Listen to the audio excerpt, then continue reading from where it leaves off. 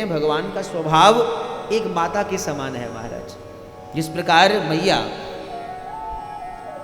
छोटा सा अबोध बालक हो मैया के पास, तो मैया महाराज उस बालक को भी खिलाती हैं और खिलाते खिलाते मैया को घर के काम भी करने हैं महाराज। तो मैया बालक को कोई छोटा सा खिलौना दे देती हैं, बेटा इसके साथ खेलो। छोटा सा बच्चा खिलौने को पकड़ करके उसी खिलौने में खेलता है थोड़ी देर, तब तक मैया घर का थोड़ा सा काम कर लेती है।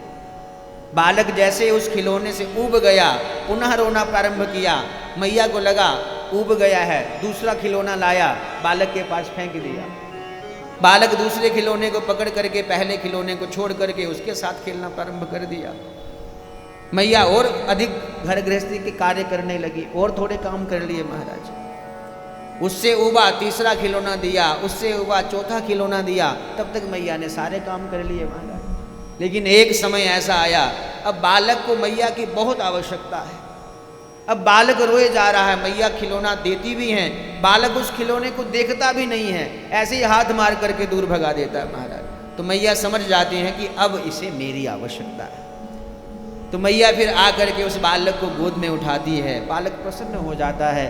संत कहते हैं यही स्वभाव भगवान का है महाराज। हम जब भगवान का स्मरण करते हैं तो भगवान मान बढ़ाई महाराज, कुछ ना कुछ हमें संसार के संबंध हमें देते हैं, जाओ भैया इसमें खुश हो जाओ।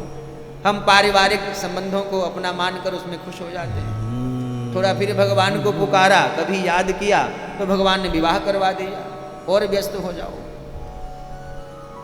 तो भगवान हमें व्यस्त करते जाते हैं। लेकिन जब भगवान के द्वारा प्रदत्त सारे खिलौने हम छोड़ करके केवल भगवान को पुकारते हैं, भगवान का स्मरण करते हैं, तो भगवान को लगता है कि इससे अब संसार की आवश्यकता नहीं, मेरी आवश्यकता है।